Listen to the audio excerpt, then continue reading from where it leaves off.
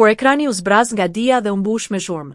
Në Shqipëri, koha televizive nuk është më pasqyrë e mendjes kolektive, por simptom me degradimit të saj.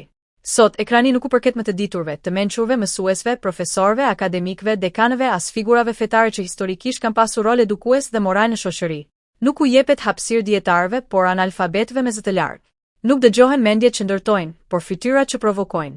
Nuk ftohen ata që kanë çfarë të thonë, por ata që bërtasin më fort. Televizionet shqiptare kanë zgjedhur rrugën e lehtë, audiencë të shpejtë, konflikt artificial, shturje verbale, banalitet dhe urrejtje. Figura pa formim, pa kulturë, pa etik, pa përgjegjësi publike shndërrohen në analizë, komentatorë dhe personazhe. Ata nuk informojnë, por infektojnë.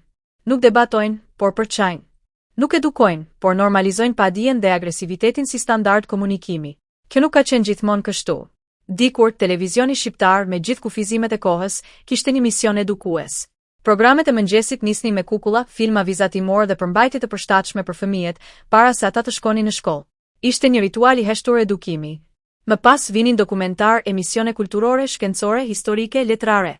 Ishte një ekran që ushqente mendjen, zgjeronte horizontin dhe kultivonte kureshtjen. Një fëmijë mund të mësonte. Një i ri mund të frymëzohej. Një i rritur mund të thellonte dijen. Sot, kjo trashëgimi është zhdukur pothuajse plotësisht. Ekrani nuk respekton më kohën e fëmijëve, as inteligjencën e të rriturve. Primetime është pushtuar nga spektakli i ignorancës. Debate pa ide, firje pa argument, personazhe që shesin shturjen si sinqeritet dhe padijen si opinion. Në këtë realitet, mësuesi nuk është interesant, profesori është i mërzitshëm, akademiku është jashtë realitetit, ndërsa njeriu pa asnjë kontribut shndërrohet në model. Pasojat janë të rënda dhe afatgjata. Një shoqëri që nuk sheh dijen e ekran fillon ta përçmojë dijen edhe në jetë. Një brez që rritet pa modele intelektuale, rritet pa busull morale. Kur padia shpërblehet me famë dhe mendimi i cekët me mikrofon, atëherë shoqëria prodhon më shumë zhurmë dhe më pak mendim. Televizioni nuk është thjesht biznes. Ai është instrument publik ndikimi. Ka përgjegjësi sociale, kulturore dhe morale. Të zgjedhësh këfton në ekran do të thotë të zgjedhësh çfarë shoqërie ndërton.